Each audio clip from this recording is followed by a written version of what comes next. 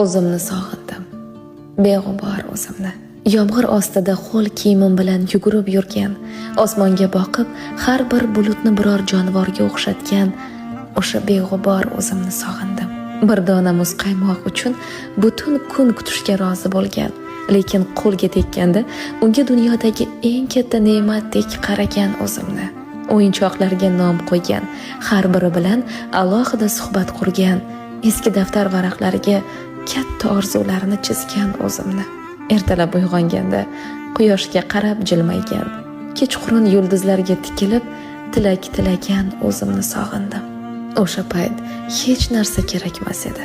Bir dona rangli qalam, bir dona shirinlik, bitta samimiy so'z butun kunni bayramga aylantirardi.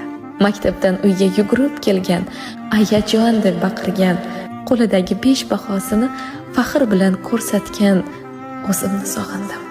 Barglardan pul yasab, do'stlariga "Mana do'kon ochdim" deb mehmon qilgan o'zimni. Har mijoz kelganida jilmayib, "Xohlagan narsangiz bepul" deganimni sog'indim. O'sha hech kimga yomonlik tilamagan, hatto ari chaqqanda ham ehtimol u adashgandir degan o'zimni sog'indim. O'sha beg'ubor o'zimni sog'indim.